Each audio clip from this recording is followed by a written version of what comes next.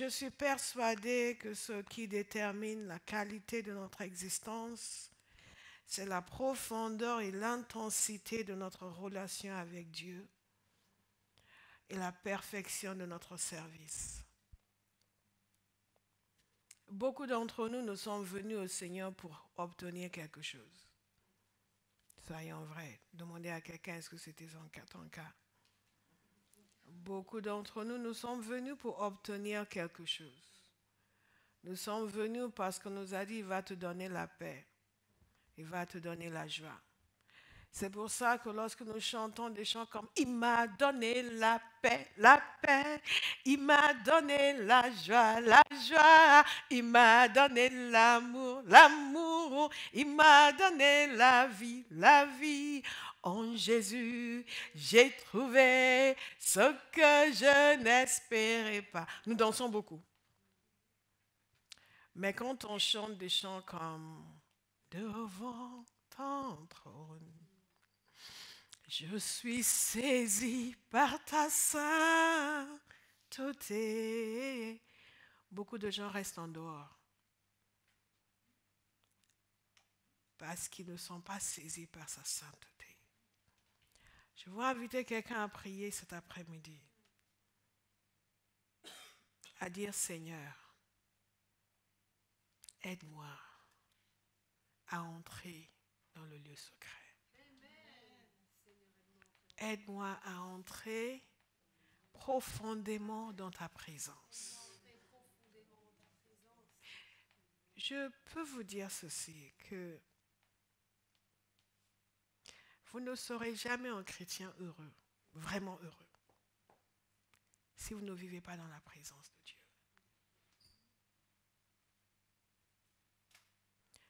Et je veux vous encourager à chercher, à pousser, à chercher, à demander d'avoir soif, d'avoir faim, de vouloir plus, à demander de vouloir plus. Vous pouvez ne pas vouloir plus, mais demandez de vouloir plus. Ne gaspillez pas votre vie à venir à l'église pour demander des bénédictions. Il faut connaître le Seigneur. Il faut connaître le Seigneur. Beaucoup des échecs de nos vies sont dus au fait que nous ne connaissons pas le Seigneur. Nous flirtons avec lui. Et il déverse des grâces et nous sommes contents pendant une saison. Et après, priez pour quelqu'un et dites que l'Éternel te rende stable dans la recherche de sa personne. Que ce soit l'obsession de ta vie. Que tu le désires en continu. Alléluia. Alléluia. Alléluia. Alléluia. Alléluia. En tant que maison à Bahas, nous sommes appelés à être des hommes et des femmes qui recherchent la face de Dieu. Des hommes et des femmes qui sont obsédés par la personne de Christ et qui ne veulent rien d'autre que de l'aimer, le suivre et le servir. Alléluia. Beaucoup des choses que nous demandons à Dieu, des êtres humains peuvent nous les donner. Mais nous allons voir certaines choses que l'apôtre Paul a demandé à Dieu qu'aucun être humain ne peut nous donner. Nous sommes en train de parler de l'importance de la vision et ce qu'il nous faut pour accomplir la vision de Dieu pour nos vies. Et nous regardons l'exemple de l'apôtre Paul. Nous avons parlé longuement la semaine dernière de cette conviction absolue qu'il avait. Une conviction à toute épreuve. Il était convaincu de la véracité, de l'unicité, convaincu de la nécessité, de la valeur et de la puissance de l'évangile. Dites, je suis convaincu. Il savait qui il était appelé, établi par Dieu, aucun doute. Aucun doute. Aucun doute. Alléluia. Un engagement radical. Comment peut-on vivre tout ce qu'il a vécu et quand même gagner à la fin? Nous ne vivons même pas le quart, le tiers de ce qu'il vit. Et beaucoup d'entre nous, nous décrochons. Quelqu'un doit écouter attentivement ce message. Non seulement l'écouter, mais le réécouter, le réécouter, le réécouter. Dans mes années de vie chrétienne, j'ai vu tellement de chrétiens qui sont tombés sur le chemin. Parfois, lorsque je vois quelqu'un que je n'ai pas vu depuis des années, on commence à penser au temps passé, on commence à évoquer des noms. Et malheureusement, une grande partie de ces personnes sont complètement déboussolées. Ou ne sont plus dans la foi, ou sont totalement passifs. Ont perdu leur zèle et leur feu. Vous n'allez pas perdre votre zèle. Quelqu'un va dire Amen. Amen. Vous n'allez pas perdre votre feu. Amen. Nous sommes faits pour durer. Nous sommes là pour durer. Nous sommes là pour aller jusqu'au bout. Nous ne sommes pas des petites étincelles et après ça disparaît. Nous sommes là pour aller jusqu'au bout.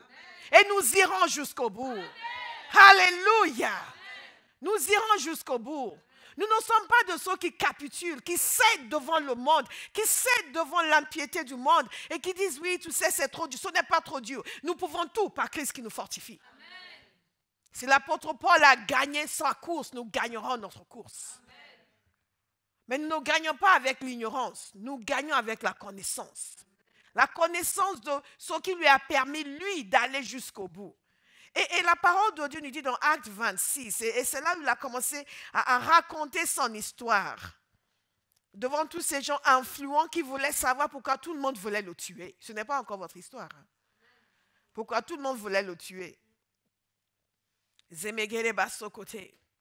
Il expliquait comment il faisait pour jeter les chrétiens en prison à partir du verset 10 et comment il votait contre les chrétiens quand ils étaient condamnés à mort, comment il allait dans les synagogues et les a forcés à blasphémer et même jusqu'à les persécuter dans les villes étrangères. Il a décrit comment il se rendait à Damas avec les pleins pouvoirs et en mandat des chefs des prêtres et la rencontre extraordinaire qu'il a faite avec le Seigneur. Et il dit ceci, vers le milieu du jour, alors que j'étais en chemin, j'ai vu resplendir autour de moi et de mes compagnons de route une lumière venant du ciel plus éblouissante que le soleil. Nous sommes tous tombés par terre et j'ai entendu une voix qui me disait en langue hébraïque, Saül, Saül, pourquoi me persécutes-tu? Il te serait dur de te rebeller contre les aiguillons. J'ai répondu, qui es-tu, Seigneur? Et le Seigneur a dit, je suis Jésus, celui que tu persécutes. Mais lève-toi et tiens-toi debout, car je te suis apparu pour faire de toi le serviteur et le témoin de ce que tu as vu et de ce que je te montrerai. Je t'ai choisi du milieu de ce peuple et des non-juifs vers qui je t'envoie. Je t'envoie, je t'envoie, je t'envoie. Dieu dit à quelqu'un cet après-midi, je t'envoie, je t'envoie, je t'envoie. Quelqu'un va le recevoir. Je t'envoie, je t'envoie, je t'envoie, je t'envoie. Je t'envoie.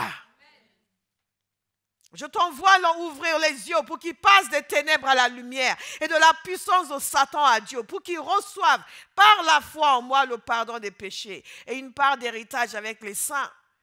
Il savait pourquoi il était là. Quelqu'un doit savoir pourquoi il est là. La difficulté pour nous les chrétiens, c'est que nous ne savons pas pourquoi nous sommes là. Nous pensons que nous sommes là pour bien nous nourrir et bien nous loger. Vous savez, on est mieux au ciel si c'était que pour ça. Il savait pourquoi il était là. Nous devons savoir pourquoi nous sommes là. Et vivre de telle sorte à atteindre la vision que Dieu nous a donnée. Quand Jésus était devant Pilate, Pilate voulait lui poser toutes sortes de questions. Et Jésus était très clair. Il lui a dit ceci. Il a dit, je suis né et je suis venu dans le monde, c'est pour rendre témoignage à la vérité. Il savait pourquoi il était là. Il avait une vision, il avait un objectif. Et il a tout fait pour accomplir cette vision. Vous allez accomplir la vision de Dieu pour votre vie.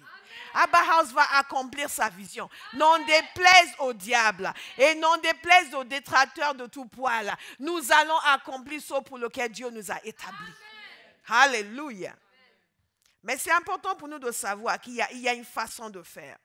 Et ce que nous constatons, c'est que non seulement l'apôtre Paul était conscient de la vision qu'il a reçue du Seigneur, mais il a laissé Dieu l'utiliser. Il a vécu une vie qui correspondait à la volonté de Dieu. Et nous avons vu plusieurs points la semaine dernière. Je pense que nous avons vu 4 ou 5 points la semaine dernière. 4 points. Et le 5e point, je veux que vous notiez très bien. C'est son style de vie. Pourquoi est-ce que cet homme a pu accomplir sa vision en dépit des détracteurs, en dépit des accusations, en dépit des persécutions, en dépit de tout ce qui lui est arrivé? Il avait tous ces éléments que nous avons énumérés, mais il avait aussi compris qu'il y a un style de vie qui lui permettrait d'arriver jusqu'au bout. C'est absolument capital. Nous vivons comme si nous n'avions pas de vision pour nos vies. Nous vivons comme les gens autour de nous. Nous vivons comme si n'importe quel fonctionnement nous permettra d'arriver jusqu'au bout. Ce n'est pas vrai. Et ce n'est que dans les choses de Dieu que nous fonctionnons comme cela. Parce que quelqu'un qui veut être médecin, il sait qu'il ne doit pas aller en fac de droit. Alléluia. Il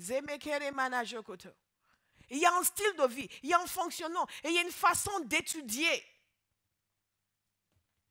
Si vous passez toutes vos soirées à discuter avec les amis, c'est sûr que vous n'avez pas adopté le style de vie nécessaire pour décrocher ce diplôme. Mais dans les choses de Dieu, pour accomplir la vision de Dieu pour nous, il y a un style de vie qui est nécessaire. Il y a une façon d'être. C'est pour cela qu'on se laisse façonner, on se laisse travailler. Dieu vous montre qu'il va vous utiliser dans le conseil et vous parlez beaucoup. Et vous ne savez pas que vous devez apprendre à moi parler. Comment pouvez-vous être conseiller si vous parlez tout le temps, vous ne laissez pas les gens parler? Ce sont des choses très simples, mais il y a des modifications à apporter. Nous ne sommes pas la version la plus parfaite de nous-mêmes. Est-ce que vous êtes d'accord? Il y a beaucoup de chrétiens qui se comportent comme s'ils sont arrivés à la perfection. Dès que vous leur faites une remarque, comment on se permet de me dire? On se permet de le dire, hein? Parce qu'il faut le dire. Quelqu'un doit le dire. Papa et maman, manifestement, n'ont pas vu. Donc, le travail est venu sur nous. Alléluia. Est-ce que quelqu'un me suit cet après-midi? Il y a un style de vie qui nous permet d'arriver jusqu'au bout. Et l'apôtre Paul l'avait compris. Et c'est pour cela qu'il nous dit de vivre, dans Colossiens, de vivre d'une manière digne du Seigneur. Si je veux honorer Dieu dans ma génération, il y a une façon de vivre, il y a une façon de parler, il y a une façon de fonctionner. Je veux que la vision de Dieu s'accomplisse là où je travaille, que je sois sa main, que je sois celle et celui qui va utiliser pour toucher l'entreprise où je travaille. Je sais aussi qu'il y a un style de vie à adopter. Si je suis parmi ceux qui font des commérages au travail, c'est sûr qu'ils ne vont pas m'écouter. Si je suis la personne qui arrive toujours en dernier, qui n'est pas sérieux avec son travail, je n'ai absolument aucune crédibilité. Quand je vais leur parler de Jésus, ils vont me rire au nez. Il y a un style de vie. Dites style de vie. Il y a une question de caractère. Nous avons vu cela dans le cours de leader hier. Caractère, de transformation de notre caractère qui est nécessaire pour que nous puissions arriver à l'accomplissement de la vision que Dieu nous a donnée. Parce que croyez-moi, Dieu voit des versions meilleures de nous. Et il veut amener ces versions à l'existence. Alléluia. Mais il y a aussi certains éléments qui évidemment concernent le caractère, mais qui ne sont pas nécessairement des choses qui sont mauvaises, mais auxquelles Dieu va me demander de renoncer parce que ça ne correspond pas à là où je vais.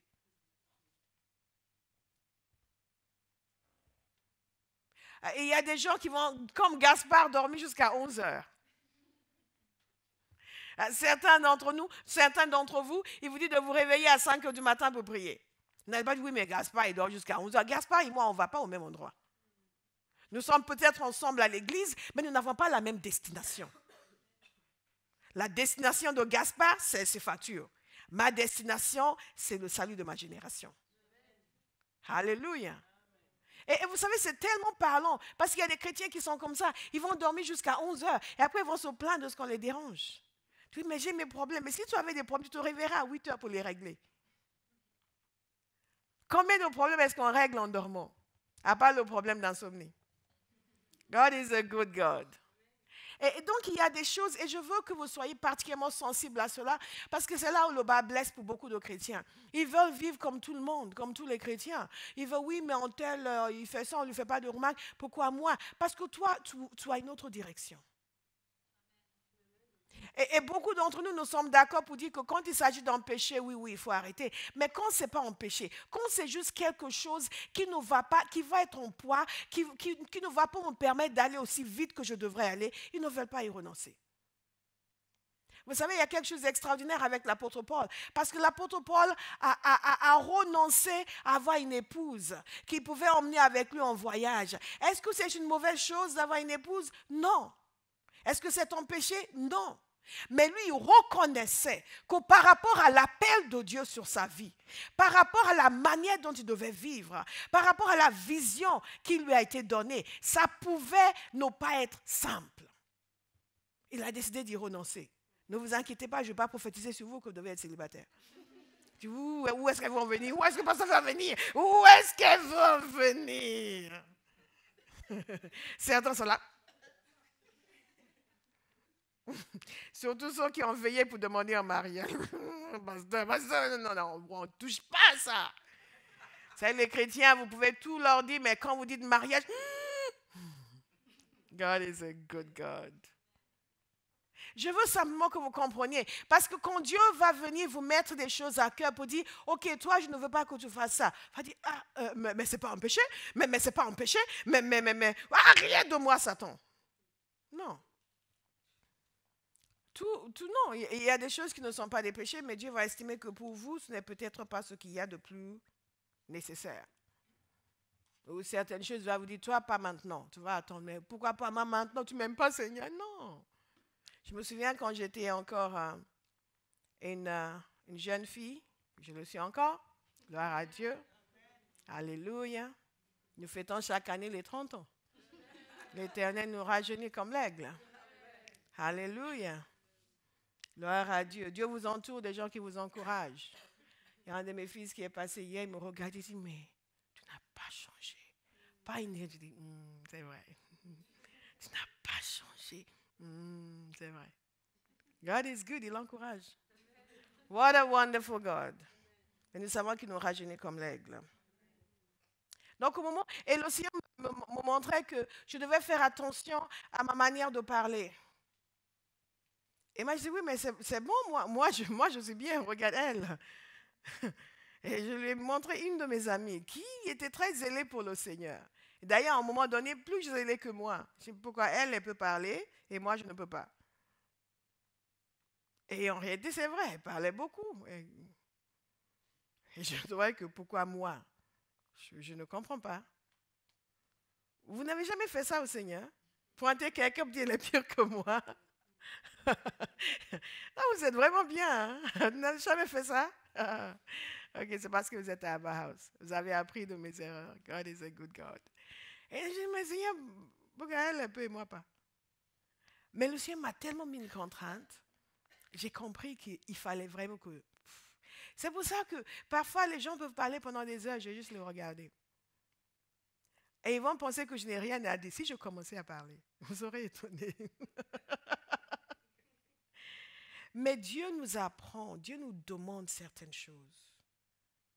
Il nous demande d'adopter une façon d'être et de faire pour que l'accomplissement de la vision qu'il a pour notre vie ne soit pas retardé. Que ce n'est pas tout ce qui n'est pas péché qui est nécessairement acceptable. Je veux inviter quelqu'un à avoir beaucoup de sensibilité par rapport à cela. Parce que ça, c'est le travail personnalisé de Dieu dans chaque vie. Maintenant, il y a d'autres à qui Dieu va dire, il faut ouvrir ta bouche et parler. Et quelqu'un va vous dire, ouais, le Seigneur m'a mis à cœur qu'il faut que je commence à parler. Je dis, mais tu m'as dit moi d'arrêter de parler. Mais c'est pas juste. Non. Parce qu'il y a quelque chose qu'il voit. L'apôtre Paul a compris que prendre une épouse pour voyager avec lui, en plus il a dit, nous y avons droit. Comme les autres apôtres, comme Céphas.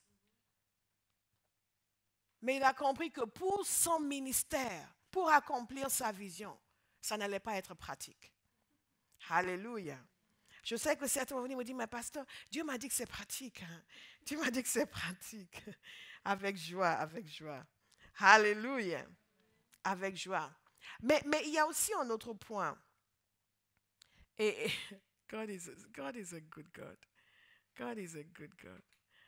Et il y a aussi un autre point que l'apôtre Paul a évoqué, où il pouvait très bien exiger certaines choses, il a dit non.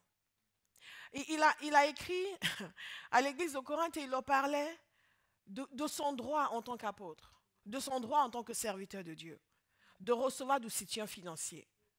Et il a expliqué clairement que dans la parole de Dieu, ce que Dieu a établi, c'est que ceux qui travaillent dans l'évangile vivent de l'évangile. Ceux qui prêchent l'évangile vivent de l'évangile. Et que ceux qui reçoivent un apport et une aide spirituelle doivent apporter une aide financière à la personne qui les enseigne. Est-ce que vous me suivez? Il a établi que c'est le principe de la parole de Dieu. Mais que lui, il a choisi vis-à-vis d'eux de ne pas user de ce droit. Nous avons besoin de sagesse dans notre vie. Nous ne pouvons pas dire à chaque instant, oui, mais j'ai le droit de, donc je vais le faire. Il y a des fois où Dieu va vous dire, non, dans cette situation, ne le fais pas. L'apôtre Paul n'était pas contre parce qu'il recevait de l'aide de l'église de Philippe. Et il leur remerciait. L'église de Philippe le soutenait financièrement, pas uniquement quand il était avec eux, mais même quand il allait prêcher ailleurs. Manifestement, ils avaient un autre niveau de maturité et de compréhension des choses de Dieu que les autres n'avaient pas. Donc, il choisissait, il a dit ceci, si nous avons sommé pour vous les biens spirituels, est-ce trop si nous récoltons une part de vos biens matériels? Si d'autres exercent ce droit sur vous, n'est-ce pas plutôt à nous d'en jouir? Mais nous n'avons pas recouru à ce droit. Au contraire, nous supportons tout afin de ne pas créer d'obstacles à l'évangile de Christ.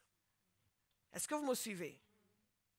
Et ensuite, il leur explique, au cas où ils auraient des doutes, pour dire, oui, mais ce n'est pas parce que tu t'occupes de nous spirituellement qu'on doit te soutenir financièrement. Il leur dit ceci, ne savez-vous pas que ceux qui assurent le service du culte sont nourris par le temple, que ceux qui servent à l'autel reçoivent une part de ce qui est offert sur l'autel? De même aussi, le Seigneur a prescrit à ceux qui annoncent l'évangile de vivre de l'évangile. Et le verset 15, j'aime beaucoup. Quant à moi, je n'ai eu recours à aucun de ces droits. Un style de vie qui nous permet d'arriver là où Dieu veut que nous allions. Je vous encourage encore une fois à être très sensible à ce qu'on appelle cela dealings en anglais, à ces applications particulières que Dieu fait dans vos vies. Ne pensez pas, je le répète, que tout ce que nous devons cesser de faire, c'est ce qui est en péché. Il y a des choses qui ne sont pas des péchés. Il y a même des choses auxquelles on a droit. Mais le Seigneur ne veut pas que nous usions de ce droit en ce moment précis et dans ce contexte précis. Et le fait d'être sensible à cela et d'agir dans ce sens, c'est ce qui montre notre maturité spirituelle. Et l'apôtre Paul, quand il était à Corinthe, il a construit des tentes, il a travaillé avec Apollos. Et il a construit des tentes. Mais à d'autres moments, l'église de Philippe lui a envoyé de l'argent. Donc, il pouvait être là tranquille à faire ce qu'il avait à faire. Et il les remerciait pour cela. Sagesse, dites sagesse. Sagesse divine à appliquer à chaque situation de nos vies.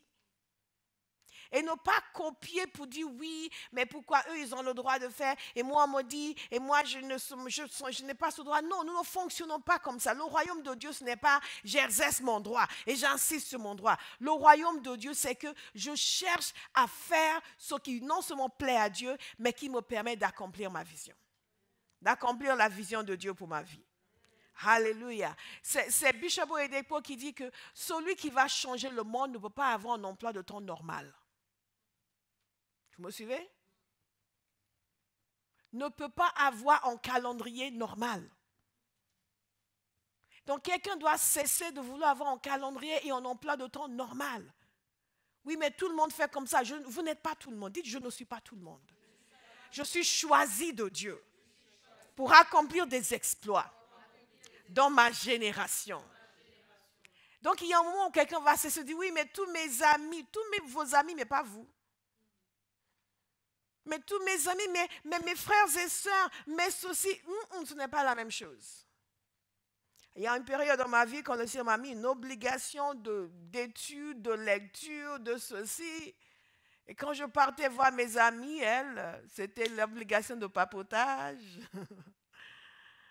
Et Dieu est très intéressant parce que je ne me sentais vraiment pas à l'aise dans tout ça. En restant en discute pendant des heures et des heures et des heures.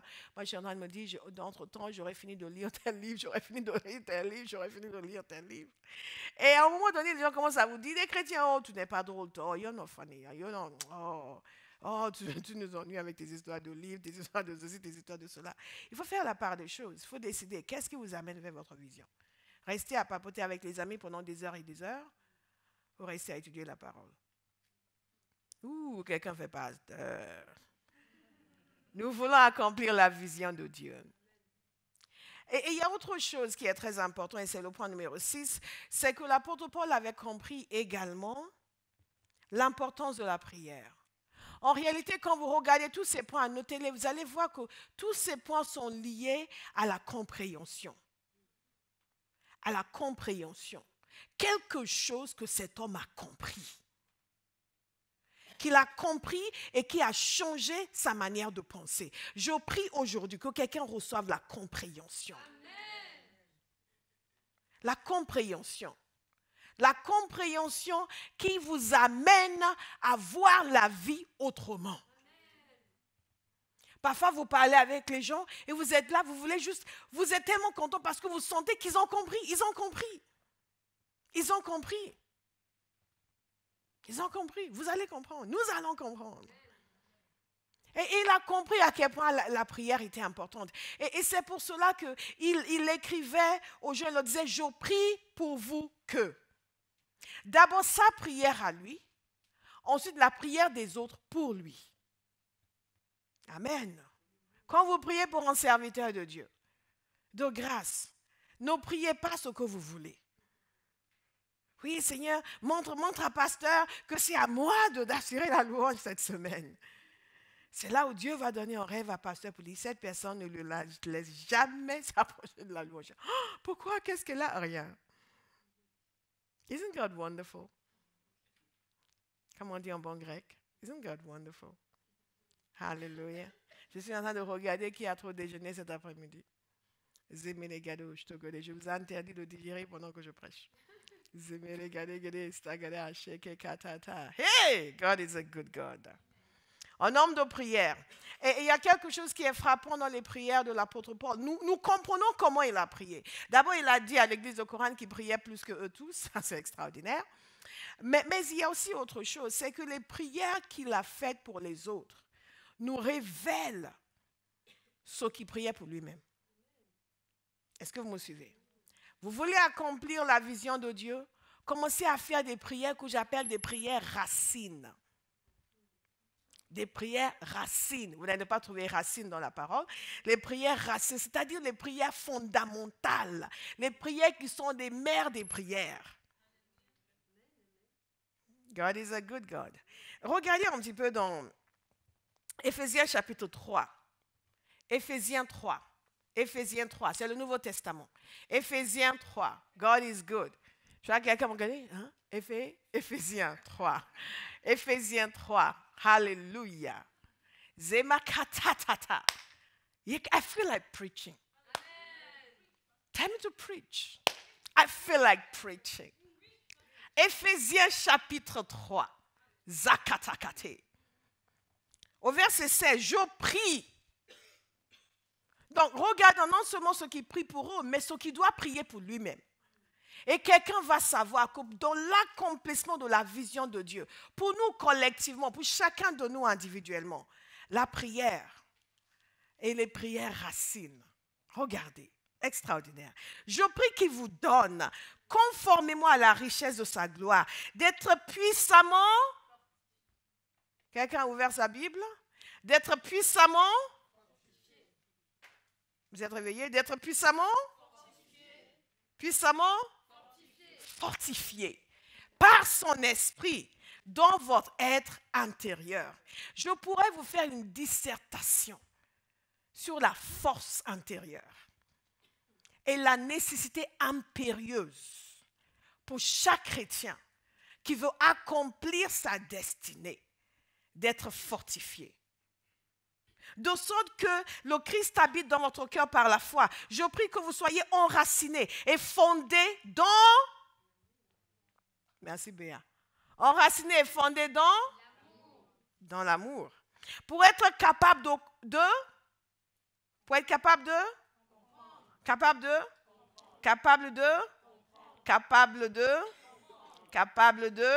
comprendre. Avec tous les saints, quelle est la largeur, la longueur, la profondeur et la hauteur de l'amour de Christ. Et de connaître cet amour qui surpasse toute connaissance. Combien de fois vous priez pour cela? Connaître cet amour qui surpasse toute connaissance. Afin que vous soyez remplis de toute la plénitude de Dieu. Combien de fois est-ce que vous priez pour cela? Il y a des années de cela, le Seigneur m'a mis ce passage dans le cœur. Et je priais constamment de connaître la hauteur, la largeur, la longueur, la profondeur de l'amour de Christ. Connaître cet amour qui surpasse toute connaissance, afin d'être rempli de toute la plénitude de Dieu. Méditez-le. Ça, c'est une prière fondamentale. Rempli de toute la plénitude de Dieu. Dites prière dangereuse. Remegaro, rempli de toute la plénitude de Dieu. On n'est pas étonné de voir ce que l'apôtre Paul est devenu. Un homme qui prie ce genre de choses sur lui-même. La force, la connaissance de l'amour de Dieu, rempli de toute la plénitude de Dieu. Et quand vous entendez son témoignage dans Colossiens 1, 28, où il parle du fait qu'il travaille en combattant avec sa force qui agit puissamment en moi, on sait que Dieu répondait à sa prière. Parce que cette force qu'il demandait agissait en lui puissamment. Je vois quelqu'un devant moi. La force de Dieu va commencer à agir puissamment en vous. Puissamment. C'est infiniment mieux que de se sentir faible tout le temps. Est-ce que vous me suivez? La solution est dans la parole. Qu'est-ce que vous priez? Qu'est-ce que vous priez? Seigneur, j'aime pas Philippe, donne-moi Pierre. Ou que je sois rempli de toute la plénitude de Dieu. Karemana sebare. Plénitude de Dieu. Que ta force agisse puissamment en moi. Et vous savez très bien qu'il en avait besoin. Quand vous êtes blessé pour moi et que vous devez vous lever, il faut que la force de Dieu agisse en vous puissamment. Pour que vous puissiez aller dans la ville suivante pour dire, et là encore, nous avons prêché l'évangile. Amazing.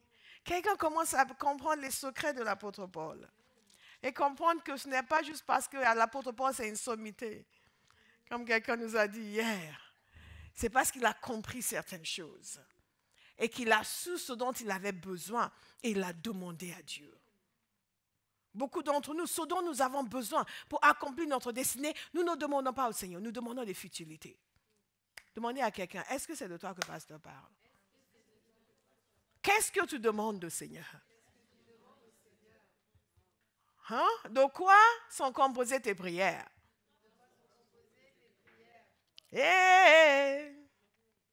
Alléluia! C'est vraiment extraordinaire. Et regardez, ce n'est pas fini. Qu'est-ce qu'il prie encore? Quand vous regardez Colossiens 1, verset 9, vous allez voir le genre de choses que cet homme priait. Vous voulez accomplir votre destinée? Commencez à prier cela sur vous. Et pendant que vous y êtes, priez cela pour votre pasteur aussi. Hey, il demandait, dans Colossiens 1, verset 9, il dit, je prie pour vous, pour que vous soyez remplis de la connaissance de sa volonté. Waouh!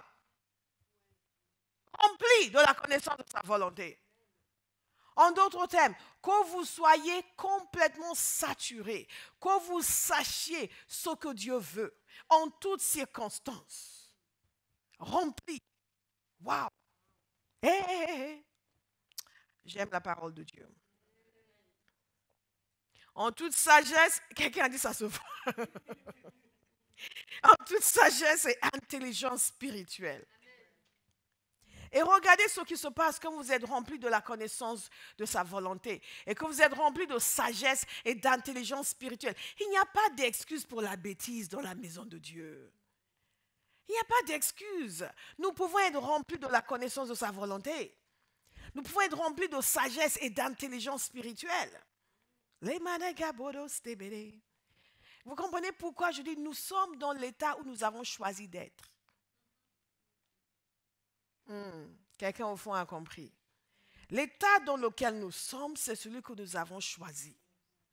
Cela ne nous a pas été imposé. Quand vous êtes né de nouveau, d'accord, vous étiez assujettis au diable et il se moquait de vous, mais dès lors que vous êtes entré dans la maison de Dieu, maintenant vous avez le choix. Et votre état spirituel est le résultat de votre choix. C'est le résultat de votre choix. Faites d'autres choix, votre état spirituel va changer. Ne soyez pas là, oui, mais Seigneur, pourquoi je suis comme ça? Vous êtes comme ça parce que vous avez choisi de faire certaines choses qui vous ont mis dans cet état.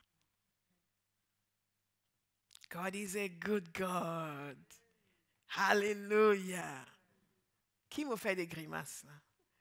Isn't God wonderful? Mais Dieu, dans sa bonté, nous donne la possibilité d'être remplis de sagesse et d'intelligence spirituelle. Quand vous regardez Paul, vous comprenez, cet homme avait l'intelligence spirituelle. Quand il voulait aller en Asie et en Bithynie, le Saint-Esprit lui a dit, n'y va pas, et il a compris. Certains d'entre nous, nous serions restés 5 ans en Asie et en Bithynie avant de nous rendre compte qu'on ne devait pas venir en fait. Mais je ne comprends pas pourquoi tout m'arrive, je ne comprends pas pourquoi ceci. Il faudra qu'un prophète vienne 5 ans plus tard. Ouh. Mais tu n'es pas au bon endroit.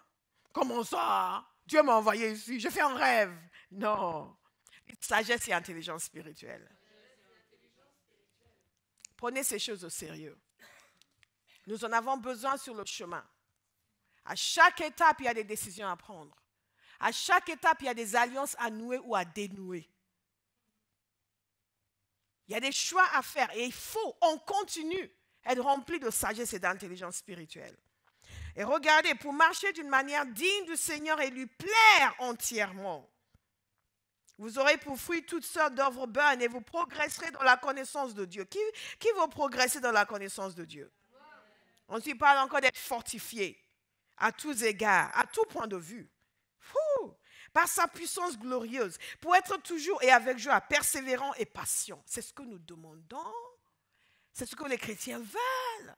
Être rempli de sagesse, être rempli de connaissances, être rempli de joie, pouvoir tenir ferme dans l'affliction, pouvoir être persévérant. Alors pourquoi nous ne demandons pas? Oh Seigneur, je veux la persévérance. Pourquoi je ne suis pas persévérant? Pourquoi je suis faible? Non. Prenez cette prière et commencez à la faire. Alléluia. Avec foi. Que nous soyons remplis de la connaissance de sa volonté. Donc, quand vous voyez ce qu'il demande pour les autres, vous comprenez bien ce qu'il a dû demander pour lui-même.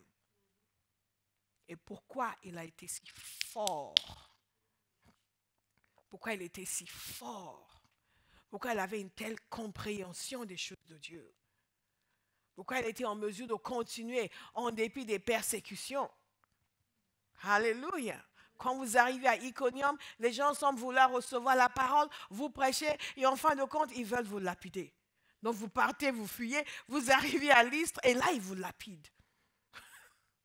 Et ils vous laissent pour mort. Nous, on nous a juste insultés. On porte le rejet pendant 20 ans. Et il faut 3 séances de délivrance pour en être libre. Et il a été laissé pour mort. Il s'est levé. On comprend pourquoi. Fortifié puissamment dans son homme intérieur. Je vois quelqu'un devant moi qui va pouvoir braver l'opposition. Qui va pouvoir tenir dans l'adversité. Quand tout le monde va vous insulter, quand ils vont écrire des choses dans les journaux sur vous, quand vous seriez allé commencer l'église de Besançon et qu'ils vont vous traiter de chef de secte, vous allez vous réjouir. Parce que vous êtes déjà fortifié dans votre homme intérieur. Rempli de la connaissance de la volonté de Dieu. Il y a un choix à faire. Il y a des choses à demander à Dieu. Mais l'apôtre Paul n'a pas simplement prié pour lui-même, il a demandé aux gens de prier pour lui. Et ça, c'est quelque chose qui est vraiment fondamental dans l'Église. Priez les uns pour les autres. Priez les uns pour les autres. Non seulement prier les uns pour les autres, mais prier pour les responsables, prier pour les serviteurs de Dieu. Et malheureusement, au lieu de prier pour les serviteurs de Dieu, nous les dévorons. Nous les mangeons. Nous les servons en apéritif, en plat principal et aussi en dessert. Quand nous avons fini, nous sortons nos cure-dents pour les achever. Vous savez, dans mes quelques années de vie chrétienne, j'ai constaté que les gens qui crachent sur les serviteurs de Dieu sont toujours des gens qui souffrent dans leur vie. Des années après, je vois des conséquences dans des vies. Parfois, ce n'est pas immédiat. Mais des années après, je vois des conséquences dans les vies. Et il y a quelque chose d'extraordinaire. Nous ne mesurons pas les sacrifices que les gens font pour servir Dieu. Tout ce que nous voyons, c'est ce qu'ils font que nous aimons ou que nous n'aimons pas. Mais leur Dieu, il sait. Et Dieu défend les siens. C'est vraiment très important. C'est un principe à Barros, il faut que nous le comprenions. Que ce soit ici, que ce soit ailleurs. N'entrez pas dans des conversations où les gens critiquent les serviteurs de Dieu. La parole de Dieu dit, qui êtes-vous pour critiquer le serviteur d'autrui? Même si vous ne le connaissez pas, ce n'est pas votre affaire. Protégez votre vie. Parce que Dieu protège ses serviteurs. Il y a beaucoup de gens qui n'ont jamais rien sacrifié de leur vie, mais qui se permettent de critiquer les gens qui ont tout sacrifié. Vous me suivez? Dieu n'est pas aveugle et il n'est pas ingrat. Et il n'est pas infidèle. Il ne jette pas ses serviteurs en pâture. Absolument pas. Est-ce que vous me suivez? C'est très important de prier. De prier pas, Seigneur, corrige-le. Non, non, non. Non. Seigneur, bénis. Plus de sagesse, plus d'intelligence spirituelle, plus de révélation, plus de force, plus de puissance. Alléluia. C'est tellement important. Et en faisant cela, qu'est-ce qui se passe? Non seulement nous ouvrons la porte pour la bénédiction de Dieu dans la vie de quelqu'un, de son serviteur, mais aussi dans la nôtre. Aussi dans la nôtre. Alléluia. Aussi dans la nôtre. God is a good God. C'est vraiment merveilleux de savoir que Dieu est juste. L'apôtre Paul leur a dit, priez pour moi. Priez pour moi. Et ce qu'il demande, c'est vraiment très puissant. Donc priez cela pour vous-même. Et nous sommes en train de percer ces secrets. De dire, ce n'est pas juste parce que c'est une sommité. C'est qu'il avait la sagesse. Il comprenait qu'il avait besoin de prière. Il priait d'une certaine manière pour lui-même. Et il priait beaucoup. Et il demandait aussi que l'on prie pour lui. Écoutez, dans Philippiens 1 au verset 18, il a demandé que l'on prie pour lui. Enfin non, il a dit simplement qu'il sera délivré grâce à leur prière. Il dit, car je sais que cela aboutira à mon salut grâce à vos prières. En d'autres termes, je sais, c'est cette église de Philippe avec laquelle il avait une telle relation, une relation si forte de partenariat. Et il savait que ces gens priaient pour lui. Et il disait, grâce à vos prières, je vais être délivré. Grâce à vos prières. Mais quand il a écrit aux Éphésiens, il leur a dit ceci, priez pour moi. Et qu'est-ce qu'il a demandé dans sa prière? Une nouvelle Mercedes? Non. Il a demandé d'avoir que la parole lui soit donnée pour faire connaître avec assurance le mystère de l'évangile. En d'autres termes, priez pour moi pour que je puisse prêcher bien comme il faut. Alléluia. Avec assurance. Avec assurance. Il a écrit aux Colossiens 4, verset 2. Il leur a demandé de prier pour lui pour que les portes puissent s'ouvrir. Pour qu'il puisse annoncer l'évangile, le mystère de Christ. Et il demande qu'il doit prier pour lui pour qu'il puisse le faire comme il est censé le faire. Waouh! Donc nous comprenons pourquoi en arrivant dans tous ces endroits, il était en mesure de parler comme il le faisait. Parce que certainement, même avant d'écrire ces lettres, il disait aux chrétiens avec qui il était de prier pour lui. God is a good God. Hey, nous allons prier. Nous allons prier. Nous allons prier. Le 7e point, c'est ceci. Comment est-ce que l'apôtre Paul a accompli sa vision? Parce que nous voyons chez cet homme un cœur de reconnaissance, un cœur de louange, même dans la difficulté. Nous sommes nombreux à pouvoir danser, sauter, chanter, surtout lorsque Olive tape son tam-tam, à pouvoir bouger dans tous les sens. Waouh, Jésus est bon quand nous avons un nouveau témoignage.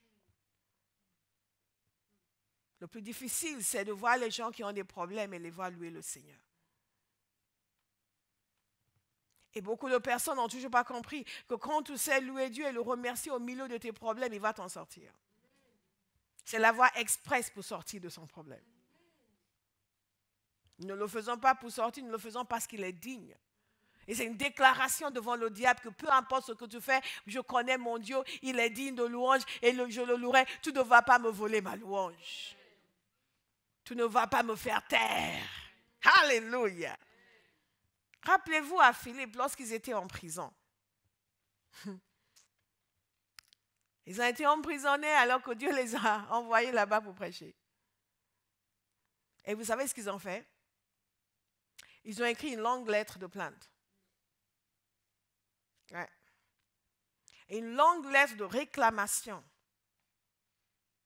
Où ils ont noté tout ce qu'ils ont fait pour Dieu. 2 colonnes. D'un côté, tout ce qu'ils ont fait pour Dieu. De l'autre côté, prison. Notre partie, nous avons fait tout ça. La partie de Dieu, prison. Comme nous faisons souvent. Ah, Seigneur, je ne comprends pas avec tout ce que je fais. Pourquoi je suis dans cette situation? Pourquoi je suis dans cet état? Pourquoi je ne comprends pas pourquoi? Je ne comprends pas pourquoi ceci. Je ne comprends pas pourquoi cela m'arrive. Non, ils ont loué le Seigneur. Ils ont loué le Seigneur. Ils étaient en prison. Ils ne se sont pas dit, oui, mais les autres prisonniers vont dire, mais vous êtes stupides, vous, votre Dieu là, où il est, vous êtes en prison. Non, ils ont loué le Seigneur. Et parce qu'ils ont loué le Seigneur tellement fort que les autres prisonniers les ont entendus. Ils les ont entendus.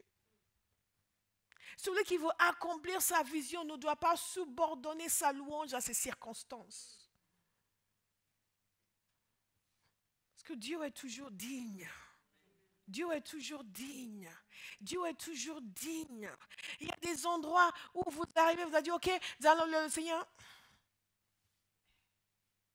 Quelqu'un est en train de penser à son compte bancaire qui est en train de se vider. Quelqu'un est en train de penser à son frère qui est en train de l'insulter. L'autre est en train de penser à son patron qui a menacé de le virer. Louons le Seigneur. La personne qui connaît la louange, ensemble, louons le Seigneur, il est vivant. Peuple de Dieu, levez les mains. On pense le conducteur de louange n'est pas un cheerleader. N'est-ce pas? C'est une pom-pom girl? Hey, hey, hey! Et le peuple là, il faut m'égayer un peu plus. Il faut m'égayer un peu plus. Tu n'as pas encore assez bougé. Saute, saute. Quand ta tête va toucher le plafond, je vais lever les mains. Dites, jamais je ne me ferai prier pour louer le Seigneur. Jamais je ne me ferai prier pour louer le Seigneur. Ce n'est pas digne de moi. Alléluia. Alléluia. Vous n'avez jamais vécu des moments où, au milieu de vos larmes, je te loue, Seigneur. Tu es digne. Tu es digne. Tu es grand, tu es puissant. Et Satan dit qu'il est digne, il est digne, il est digne. Comment tu vas régler ton problème? Tais-toi. De toute façon, toi, tu as été disqualifié. Tu ne peux plus le louer. Mais moi, je peux le louer. Ils ont loué le Seigneur. Et l'apôtre Paul a compris que ce cœur de reconnaissance, ce cœur de joie, ce cœur d'action de grâce était nécessaire. Et ça lui a permis de rester, même dans des moments difficiles, confiant dans le Seigneur. L'opposé de la louange, c'est la critique et les plaintes. Wow, God is good. Ouais, à chaque moment, que Dieu soit loué, que Dieu soit loué, que Dieu soit remercié. Lui qui nous fait toujours triompher. Comment est-ce qu'un homme qui est pourchassé de partout peut dire il nous fait toujours triompher? Parce qu'il a compris la vraie victoire. Il nous fait toujours triompher. God is a good God. God is a good God. Alléluia. Est-ce que vous voulez savoir pourquoi l'apôtre Paul a gagné? Vous voulez savoir pourquoi il a gagné? Vous voulez savoir pourquoi il a gagné? Il avait un cœur reconnaissant. Mais il y a quelque chose qui est très important. Regardez avec moi dans Romains chapitre 8. Il y a un point qui est capital ici dans Romains chapitre 8. Zabaragade sekete. Zamarakadegede sabarakase katototo shibeketaka. Avant d'arriver dans Romains, regardez Romains 8. Et par rapport à la louange et aux actions de grâce, la gratitude, c'est important de savoir ce qui nous réjouit le cœur. Vous me suivez?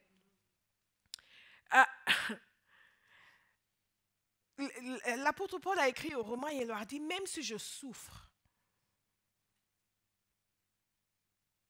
tant que vous êtes sauvés et que Christ est glorifié. Vous comprenez? C'est extraordinaire ça. En d'autres termes, la souffrance ne peut pas m'enlever ma louange. La souffrance ne peut pas m'enlever ma gratitude. Ma gratitude n'est pas liée à mon bien-être, mais liée au fait que Christ soit glorifié dans cette situation et liée au fait que vous soyez sauvés. Donc, si j'ai un résultat, quelqu'un est sauvé, Gaspard dort, l'autre personne qui n'a pas de nom, sort évangéliser. Jeanne, c'est Jeanne? Jeanne sort évangéliser Jeanne? Ah, c'est intéressant. Ce n'était pas une parole de connaissance, il a juste redit son prénom. Donc, et Jeanne sort évangéliser, elle a perdu du sommeil, mais elle a gagné une âme. Donc, elle est remplie d'actions de grâce. Elle ne pense plus au fait qu'elle a perdu du sommeil. C'est cette même mentalité que nous devons avoir. Et c'est pour ça que l'apôtre Paul, quand il était en prison et qu'il écrivait à l'église de Philippe, il parlait de tous ces gens qui prêchaient l'évangile pour que ces chaînes soient plus dures. Il a dit qu'importe, tant que Christ est prêché. Pour me causer des problèmes, même si ça me cause des problèmes, tant que Christ est prêché, je suis reconnaissante, je suis content, je loue le Seigneur, je bénis le Seigneur. Hi! Seigneur, change-nous. Ah, papa, change-nous. Change-nous, change notre pensée. Change nos perspectives. Quelqu'un sort, évangéliser, passe du temps et est fatigué, rentre. 2 personnes ont donné leur vie au Seigneur, mais ça lui est égal. Il est juste fatigué. C'est la seule chose qui compte pour lui. Oui, on est resté trop longtemps. Mais alors, oui, il y a 2 personnes. Oui, 2 personnes ont prié, mais on est resté trop longtemps. Waouh! 2 âmes sauvées de l'enfer. Et tout ce à quoi tu penses, c'est ton lit. Nous sommes reconnaissants envers le Seigneur. Pour toutes les grâces, reconnaissants. Dans Romains chapitre 8, vous y êtes?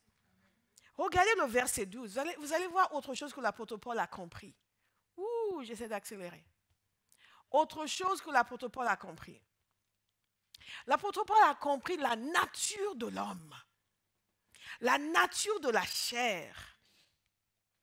Et il comprenait les interactions entre l'esprit et la chair. La composition de l'être humain. Et comment un être humain doit fonctionner sur la terre. Beaucoup d'entre nous, nous n'avons pas compris. C'est pour cela que nous réagissons sur la base de la première pensée qui nous vient. Alléluia. Regardez ce qu'il dit ici, Romains 8 au verset 12.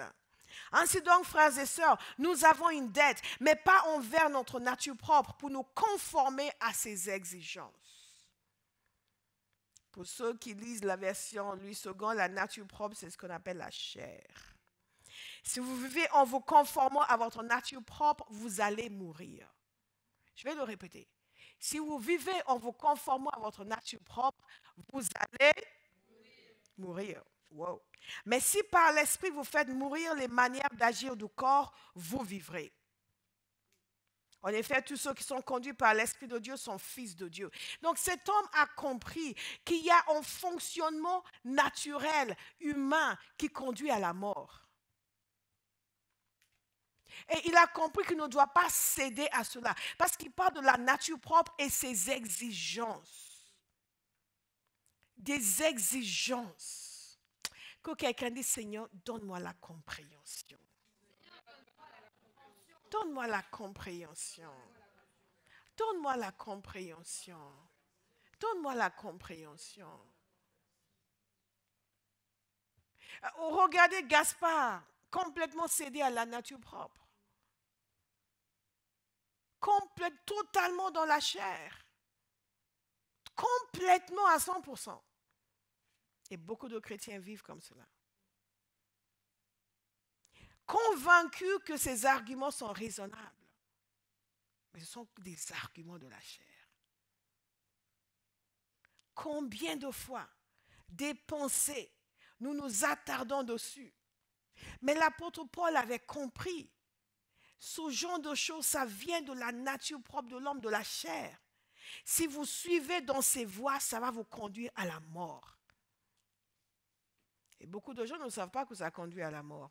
Oui, mais bon, je sais que ces pensées-là, c'est un peu comme ma fille, l'autre jour qui témoignait, elle avait des mauvaises pensées et elle les entretenait.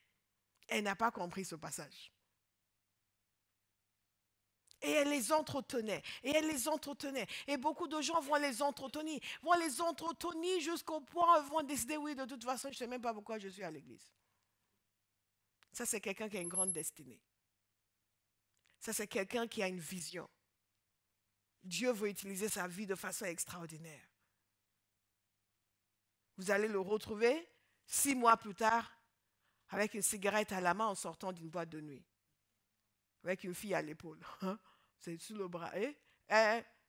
Gaspard. Parce qu'il n'avait pas compris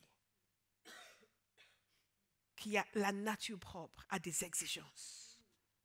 Et que si on cède à ces exigences, ce sera la mort. L'apôtre Paul, ayant compris ces choses, a conduit sa vie de telle sorte à ne pas se laisser dominer par sa chair. J'espère qu'il y a quelqu'un à Bauhaus qui va décider de ne plus se laisser dominer par sa chair. Oh, quand il parle de ces exigences, parfois c'est envahissant. Vous avez l'impression que oui, moi je, non, cet homme nouveau n'a pas ses pensées, mais ses pensées viennent de la chair. Et il faut décider de dire non, je ne cède pas à ces exigences. Je ne vais pas mourir. Beaucoup de gens ne sont pas convaincus que ça conduit à la mort. Il y a des gens qui sont assis sur le banc à l'église, mais ils sont déjà morts. Ils sont juste là parce qu'ils savent que s'ils ne sont pas là, tout le monde va appeler. Donc c'est un moindre mal que d'être là sans être là, que d'être ailleurs où les gens vont appeler, Est-ce que vous me suivez? C'est important de comprendre. Et il a compris le fonctionnement de l'être humain. Et il a su faire la part des choses pour dire non. Ça, la chair qui domine, qui a des exigences, ne va plus dominer. Ouf. Quelqu'un dit, Seigneur, fais-moi comprendre. Fais-moi comprendre. Tant que vous n'avez pas compris ça, vous restez esclave. Tout en étant né de nouveau. Tout en étant né de nouveau. Mais la compréhension nous permet de voir d'où viennent les choses, les idées, les pensées, les désirs, les attitudes. D'où cela vient. Il n'y a aucun désir qui peut dominer sur vous si vous ne le permettez pas. Mais quand vous comprenez que tout ce qui vient de la chair conduit à la mort, vous dites, je ne veux pas mourir. Hey! C'est la raison pour laquelle on n'a jamais entendu dire que l'apôtre Paul s'était enfui avec l'épouse de Pierre. Alléluia. Zemekere managasokote. Jamais. Vous êtes là. Hey! Pourquoi on l'entend dans l'église? Pourquoi on l'entend dans l'église? Parce qu'il y a des gens qui n'ont pas encore compris. Qui n'ont pas encore compris. Seigneur, donne-moi de comprendre. Et c'est ce qui lui a permis d'avoir quelque chose de capital dans sa vie qui l'a conduit dans sa destinée, la pureté. Dites la pureté. La pureté. La pureté est nécessaire. Vous voulez accomplir la vision de Dieu. Nos mains doivent être pures. Nos cœurs doivent être purs. Nos pensées doivent être pures. La pureté. La pureté. La pureté. La pureté. Pure de l'impudicité, pure de mauvaises choses. Des rancunes. Vous ne pouvez pas aller là où Dieu veut que vous alliez si votre cœur est rempli de rancune. Ça freine, ça détruit, ça tue. Ça vous enlève votre joie, vous enlève votre vigueur spirituelle, vous empêche de prier. Vous savez, parfois, les gens disent, j'ai du mal à prier, j'ai du mal à prier. Parfois, c'est une attaque du diable, comme ça, gratuite. Mais parfois, quand vous poussez, vous allez voir que la personne a cédé à la chair. Quand vous cédez à la chair, elle prend de plus en plus d'emprise sur vous. Ce n'est pas une fois et elle s'en va. Ah non. C'est comme un enfant. Il vous dit une fois, maman, tu es bête. Et vous la laissez faire. Oh, la prochaine fois, c'est maman, je te gifle. Vous allez dire, comment cet enfant? Mais il a commencé. Il a commencé. Après, il a obtenu des diplômes supérieurs. Ce moment où il commence à dire, maman, tu es... Pardon. Vous réglez le problème. Vous me suivez? La chair est comme ça. Vous lui laissez un peu de place. Elle prend encore plus. Elle prend encore plus. Elle prend encore plus. Elle prend encore plus. Elle prend encore plus. Elle prend encore plus. Et le jour où on vient vous chercher, on sera avec hashish ici, cigarette là. Encore. Est-ce que vous me suivez? L'apôtre Paul avait compris. Il a vécu une vie de pureté. Il a vécu une vie de droiture. Et c'est pour cela qu'il pouvait dire aux Romains, dans Romains 6, considérez-vous comme morts au péché. Wow, compréhension, Seigneur. Que le péché ne règne donc pas dans votre corps mortel. Vous avez compris? Règne, exigence, règne, exigence, règne. Qui va régner? Qui va régner? Mon homme intérieur va régner. Mon être intérieur va régner. C'est pour ça qu'il priait, pour être fortifié dans son être intérieur. De telle sorte que quand la chair vient avec ses désirs, non, on ne va pas là-bas. Non, non, on ne regarde pas ça. Non, mais regarde juste un peu, juste un peu, juste un peu. Non, on ne regarde pas ça. Et après, ça revient. Oui, mais juste un peu. Et vous savez, comme s'il y avait quelque chose qui vous poussait, c'est presque physique. Alléluia. Il y a des gens qui disent, mais je ne sais pas comment, je me sentais une telle pression, il fallait que je le fasse. Ça, c'est les exigences de la chair.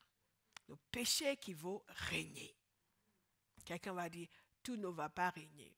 Tu ne vas pas régner. Donc vous sentez la pression, il faut que je ne vais pas le faire. Je ne vais pas mourir si je ne le fais pas. Votre homme intérieur doit régner. Oui, mais il n'y a pas de faux là. Je ne le fais pas. Oui, mais vous avez l'impression que vous allez mourir. Vous commencez à trembler. Vos mains tremblent. Vos yeux tremblent. Dites, je vais trembler jusqu'à ce que ça s'arrête. Mais je ne vais pas me laisser dominer. Je refuse de me laisser dominer. Certaines personnes, c'est la langue. Il faut dire quelque chose. Et ça boue à l'intérieur. Je dois parler. On venait de promettre à pasteur qu'on va maintenant fermer. Mais non, là, je l'ai abusé, il faut que je dise quelque chose. Et c'est comme si votre sang boue, vous sentez une inflammation. Oh, vous avez l'impression que si vous ne parlez pas, vous allez tomber raidement. Les exigences de la chair.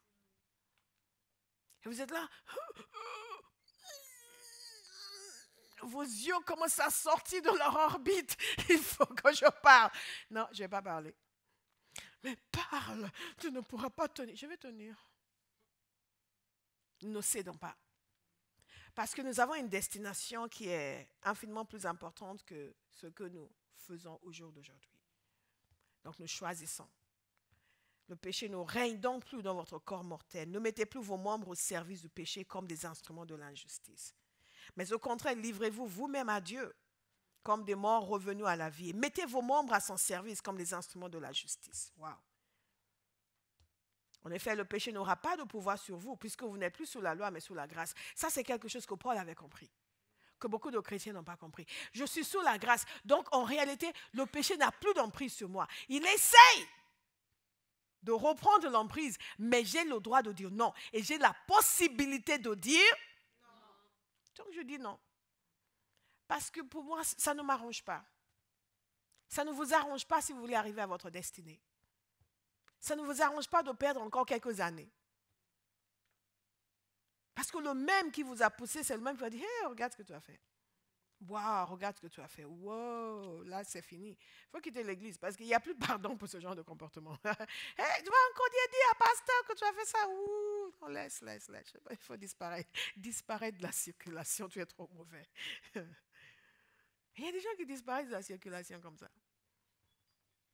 Et après, oui, mais j'ai trop mal. Il y a un nouveau départ. Dites, il y a un nouveau départ. Il y a un nouveau départ. Très rapidement, je vous donne 3 points. Est-ce que vous voulez les entendre? God is a good God. Vous allez les aimer. Amen. 2 Corinthiens 2 au verset 10. Nous avons souvent vu ce passage, donc je vais aller rapidement. Nous avons fait toute une série sur Victoire sur les ténèbres, dont vous connaissez maintenant. Et il dit au verset 11, afin de ne pas laisser à Satan l'avantage sur nous, car nous n'ignorons pas ses intentions. Le 10e point, comment est-ce que l'apôtre Paul a réussi sa destinée, c'est qu'il connaissait la réalité spirituelle. Et il savait comment faire avec le diable. Il connaissait la réalité spirituelle. Et vous voyez, à chaque fois, on revient sur ce qu'il savait, ce qu'il comprenait, qui a motivé son action. Je prie qu'il y ait quelqu'un à Bauhaus qui cherche à comprendre, qui cherche à connaître, qui cherche à savoir, qui cherche à avoir une compréhension profonde du fonctionnement du royaume de Dieu, du fonctionnement du monde dans lequel il vit, pour qu'il puisse se positionner pour réussir et pour gagner. L'apôtre Paul comprenait. Il comprenait le fonctionnement du monde des ténèbres. Il disait, nous n'ignorons pas ses intentions. Beaucoup de chrétiens ignorent ses intentions. Ils risquent leur vie en faisant des choses qui vont attirer l'attention de Satan sur eux. Ils risquent leur vie en prenant des décisions inconsidérées, en allant dans des endroits où ils ne devraient pas aller, en côtoyant des gens qui ne devraient pas côtoyer, en ne faisant pas des choses qu'ils devraient faire. Il se complique l'existence. Est-ce que vous savez que votre vie est rendue plus difficile par l'absence de prière que par l'effort de prier? Il y a des personnes qui pensent que prier, ça demande trop d'efforts. Mais ne pas prier, c'est trop coûteux. Ça vous coûte plus de ne pas prier que de prier. Ça, vous payez le prix fort. Quelqu'un a compris quelque chose? Et une vie sans prière, c'est une vie qui invite l'attention du diable. Ce n'est pas pour rien que l'apôtre Paul dit, je prie plus que vous tous. Je prie en langue plus que vous tous. Moi, j'aimerais avoir ce genre de sainte concurrence à Bauhaus. Quelqu'un qui va, je vais prier en langue plus que tout le monde à Bauhaus. Pas dans un sens négatif pour se vanter, mais simplement pour se motiver, pour dire, tiens, je vais beaucoup prier. Parfois, je dis aux gens, bon, tu pries en langue une fois par jour. Une heure. Vous les regardez? Oui, où est le problème? Mais pasteur, 1 heure?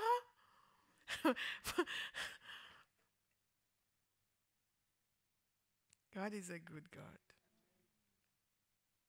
Vous savez quoi? Vous devez prier en langue au moins 1 heure par jour. que vous êtes en bonne santé spirituelle. Vous de rien, c'est pour votre bien. Figurez-vous, quand vous priez en langue 1 heure par jour, ce n'est pas pour mon bien.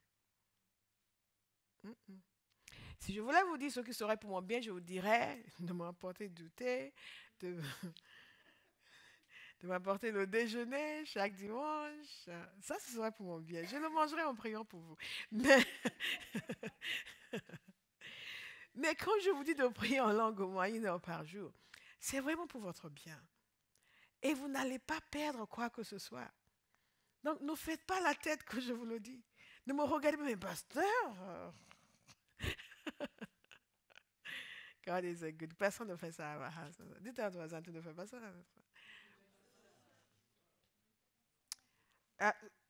L'apôtre Paul comprenait bien le fonctionnement du monde spirituel.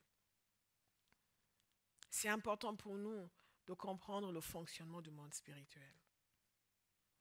C'est vraiment très important. Et au fur et à mesure que l'on avance, j'ai l'impression que les ténèbres deviennent plus fortes dans cette nation, sur ce continent. Devient plus forte.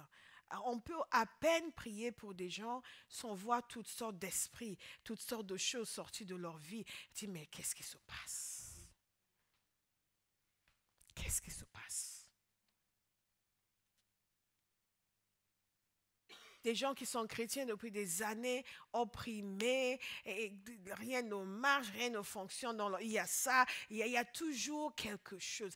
Tellement rare de voir des chrétiens réellement épanouis.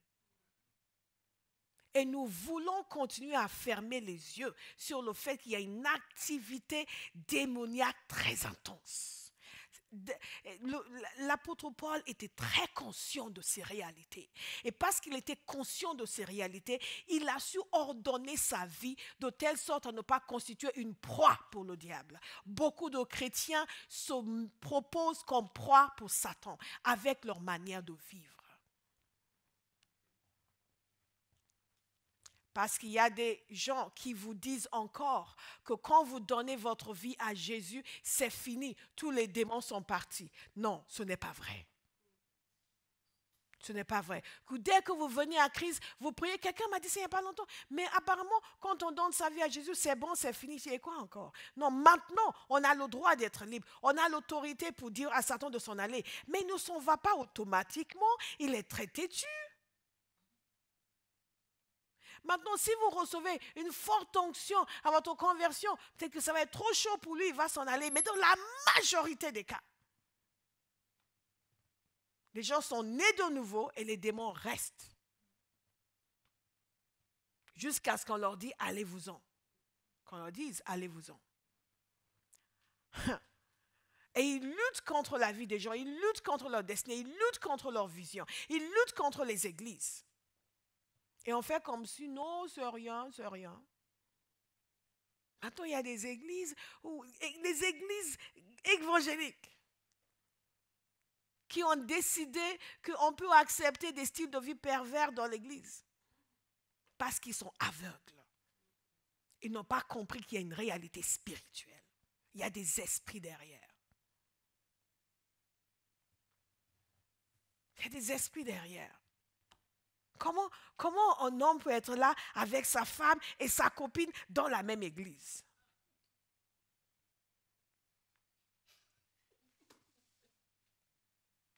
Et la femme pleure et le pasteur fait comme s'il ne voit rien. Parce que oui, mais c'est leur affaire personnelle. Non. Ça sent le soufre. Cet homme a besoin de délivrance. Et la fille aussi. Sérieusement. Cette absence de crainte de Dieu. Satan sévit.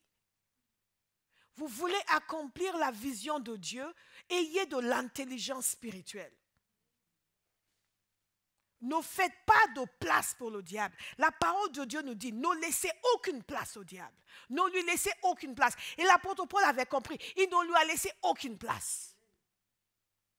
Et même là, il a reconnu le fait que Satan était venu empêcher ce qu'il faisait. Il a dit aux Thessaloniciens, plusieurs fois j'ai voulu venir vers vous, mais Satan m'en a empêché. Ah, s'il a réussi avec Paul, qu'est-ce que vous? Paul qui était une sommité. Zemegere managasakata. Alléluia.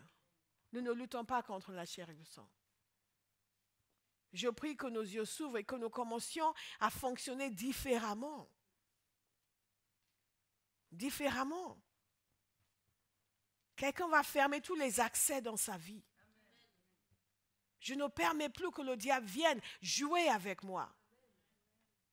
Nous ne luttons pas contre la chair et le sang. Il y a des fois, il vaut mieux aller voir votre meilleur ami et lui demander pardon plutôt que d'entretenir la rancune au point où Satan va s'installer. Il va construire toute une forteresse autour de vous. God is a good God. L'apôtre Paul avait compris. Il y a un autre point qui est très important. Nous n'allons pas nous attarder sur les affaires du diable. Nous avons étudié longuement dans Victoire sur les ténèbres. Prenons les enseignements de Victoire sur les ténèbres. Il y a un autre point ici, très rapidement au verset. Le numéro 11, c'est que l'apôtre Paul avait des hommes fidèles, qui étaient fiables et dévoués à sa cause, ou à la même cause que lui. En étudiant la vie de cet homme, j'ai constaté une chose, c'est qu'il était très sérieux. Très sérieux par rapport à la vision que Dieu lui a donnée. Il était très sérieux, très focalisé sur sa mission et il s'entourait de gens qui allaient dans le même sens. Et vous savez, on peut commettre des erreurs et s'entourer des gens juste parce qu'on les aime bien ou parce qu'ils nous aiment bien, mais ça ne suffit pas. Il faut aller dans le même sens. Quel que soit là où Dieu vous emmène, entourez-vous des gens qui vont dans le même sens. Entourez-vous des gens qui ont compris l'importance de la vision que Dieu vous a donnée. Pas les gens qui chaque jour vont vous dire le contraire ou chaque jour vont vous épuiser. Les gens qui vont dans le même sens. Et à un moment donné, il a refusé Jean-Marc.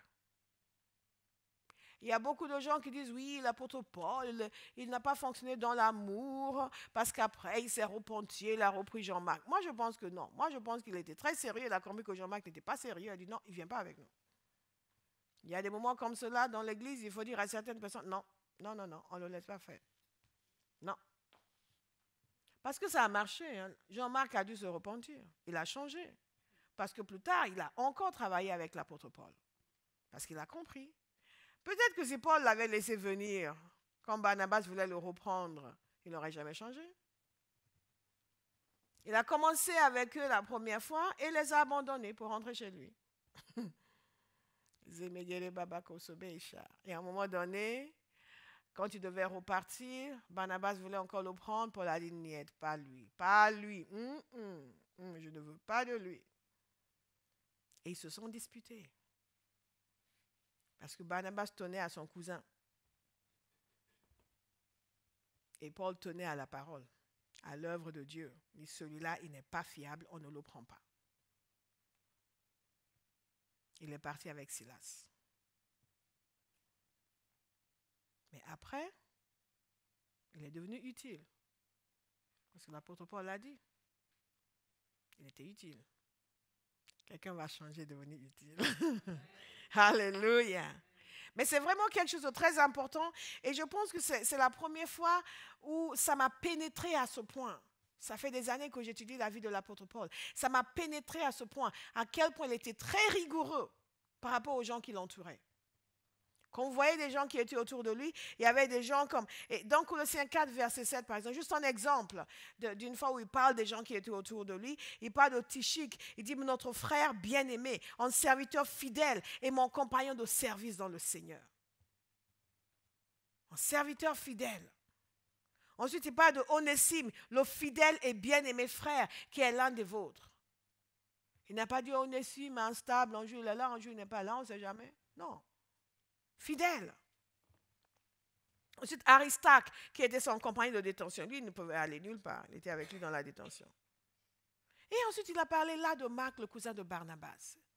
Et il devait lui réserver un bon accueil. Donc, Marc, il est revenu à de meilleurs sentiments. Devenu sérieux dans l'œuvre de Dieu. Dites à quelqu'un, tu vas devenir sérieux dans l'œuvre de Dieu. Alléluia. Et il parle d'Épaphras. Il dit, Épaphras est un serviteur de Jésus-Christ. Il ne cesse de combattre pour vous dans ses prières afin que vous teniez bon. Donc, il était entouré des gens qui étaient solides. Bon, il y avait des moments où il se retrouvait seul. Il disait à part un tel qui est avec moi. Mais tous les gens qui ont travaillé dans son cercle intérieur étaient des gens qui étaient consacrés. Il parle aussi de Luc, le bien-aimé médecin, celui qui a écrit l'évangile de Luc et le livre des Actes. Un homme sérieux. Sérieux. Quand vous voyez le détail qu'il a inclus, les éléments historiques qu'il a inclus. Un homme sérieux. Que Dieu vous donne d'être sérieux. Et qu'il vous donne sur le chemin des compagnons sérieux. Sérieux. Sérieux. Le dernier point qui est très important, notez-le bien, parce que nous allons nous aussi accomplir notre vision. C'est ceci, il a bénéficié de l'aide de Dieu. Vous allez bénéficier de l'aide de Dieu. Nous allons bénéficier de l'aide de Dieu. Si Dieu est pour nous, qui sera contre nous? C'est la chose que je demande constamment au Seigneur. Seigneur, tu es là? Tu es d'accord? À chaque fois, j'ai besoin à chaque fois. J'ai besoin à chaque fois d'entendre le Seigneur me dire, c'est bon, continue, c'est bon, continue, c'est bon, continue, je suis dans cette affaire, c'est bon, continue, c'est bon, continue. J'ai besoin de l'entendre à chaque fois. J'ai besoin de l'entendre tous les jours. Father, Lord, j'ai besoin de l'entendre. Parce que nous sommes là pour lui, pas pour nous-mêmes. Si Dieu est pour nous, oui. Nous avons vu dans cette même salle le roi Osias, comment le Seigneur l'a merveilleusement aidé. L'apôtre Paul, c'est la même chose. Il l'a merveilleusement aidé. Il ne lui a pas épargné des difficultés, mais il l'a aidé. Il ne va pas vous épargner des difficultés, mais il va vous aider. J'ai dit, il va vous aider. Il va vous aider. Il va vous aider. Dès le début, il l'a aidé. Il lui a donné une clarté de vision extraordinaire. Je prie que quelqu'un reçoive cet après-midi une clarté de vision. Plus de confusion. Au nom de Jésus. C'était clair pour lui ce qu'il devait faire. Je t'envoie leur ouvrir les yeux. C'était clair. Ce sera clair pour vous. Clarté de vision. Il lui a donné l'approbation et la validation. L'église d'Antioche, le Saint-Esprit lui-même leur a dit, mettez à part pour moi Paul et Barnabas. Personne ne pouvait contester. Il lui a donné une validation publique. Là où Dieu vous emmène, lui-même va mettre son nom sur votre contrat. Il va signer de ses propres mains. Il lui a donné autre chose. Il lui a donné une direction claire. À différents moments, il lui donnait, va ici, va là-bas, fais ceci. Ne va pas en Asie, ne va pas en Bithynie. Va en Europe. Alléluia. Ah bon, il a dit d'ailleurs, Philippe. La principale ville de la Macédoine. God is a good God. Il lui donnait l'encouragement. Dieu l'a aidé. Dieu l'a aidé. À Corinthe, Jésus est venu l'encourager. Même sur le bateau, il a envoyé son ange pour l'encourager. Vous allez recevoir l'encouragement du Seigneur. Amen. Alléluia. Et j'aime ceci. Dieu l'a merveilleusement aidé avec sa puissance. Avec sa puissance. Avec sa puissance. Il ne l'a pas envoyé uniquement avec des paroles. Il l'a envoyé avec la puissance. Je veux que vous compreniez que la vision que Dieu nous donne, il nous donne la puissance nécessaire pour l'accomplir. C'est pour ça qu'on dit aux gens, venez pour une réunion de guérison. Parce qu'on croit que sa puissance est là. Il y a des gens qui disent, oui, mais comment vous pouvez dire, comment vous pouvez vous permettre d'affirmer que les gens seront guéris? Parce qu'il nous a envoyés avec sa puissance. Amen. Alléluia. Oui, mais comment vous êtes honnête? Bon, vous ne le savez pas, nous on le sait.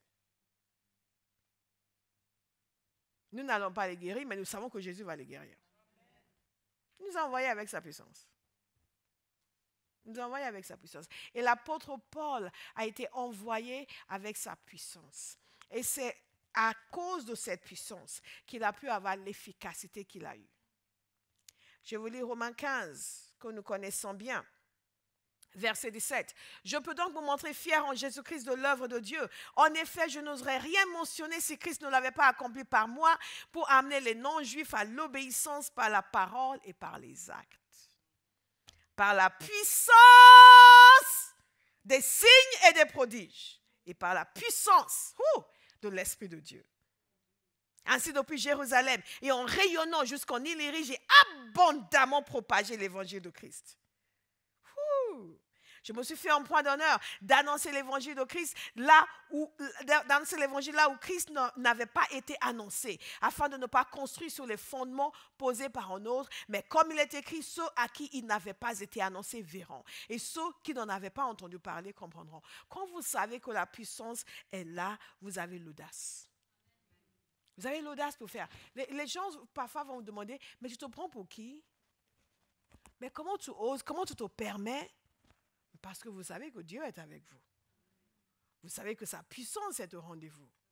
Quelqu'un va accomplir sa vision. Dans la puissance de Dieu. Abba House va accomplir sa vision. Ok, vous n'êtes pas d'accord. Dans la puissance de Dieu. Alléluia. Si j'ai une certitude, c'est que la puissance de Dieu sera toujours au rendez-vous. Alléluia. Je ne suis même pas allée la chercher. Il est venu m'en parler. La puissance de Dieu sera toujours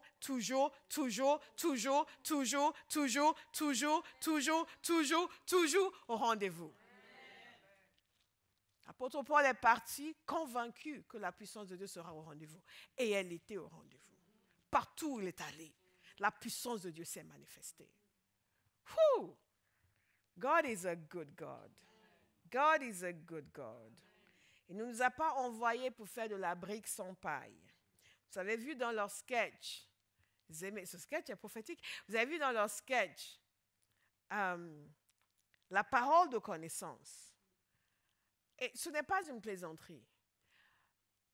Si vous y croyez, quand vous parlez avec les gens, Dieu va vous parler d'eux. Il va communiquer avec eux à travers vous. Ce n'est pas mystérieux, ce n'est pas extraordinaire, c'est une action du Saint-Esprit. Parce que Dieu veut toucher les gens. Dieu veut qu'ils sachent qu'il les connaît.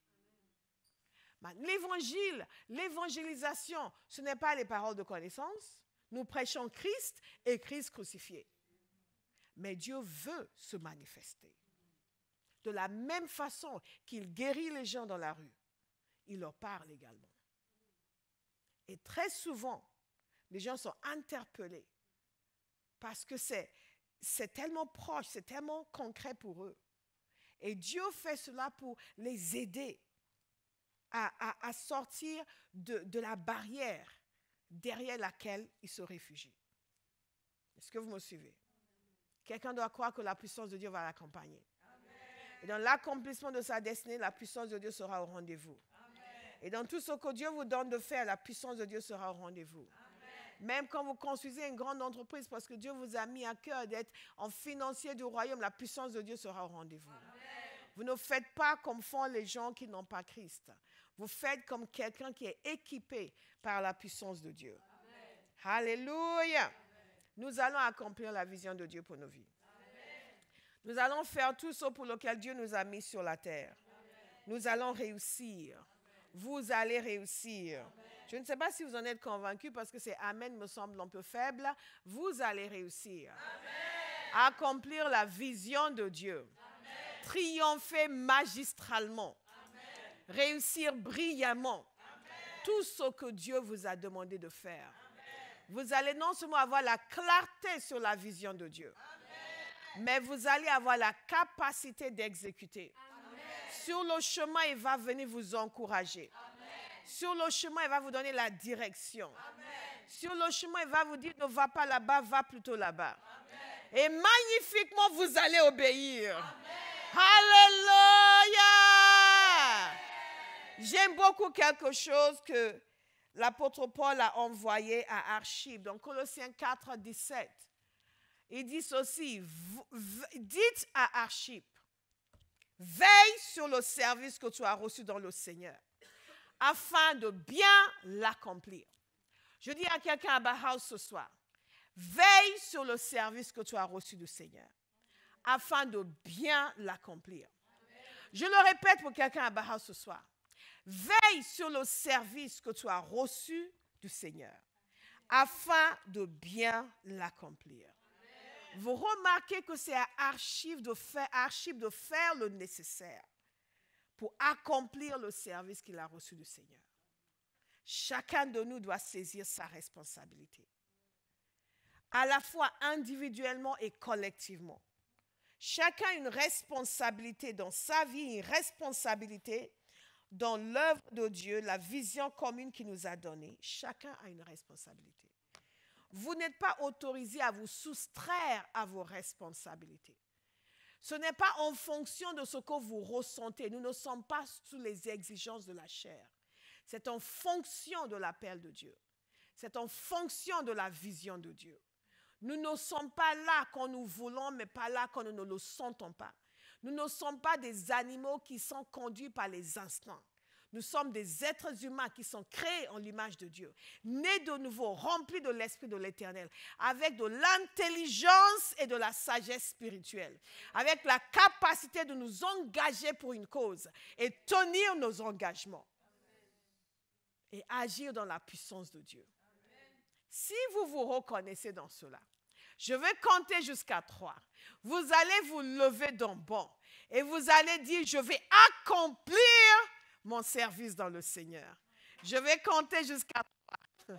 Alléluia.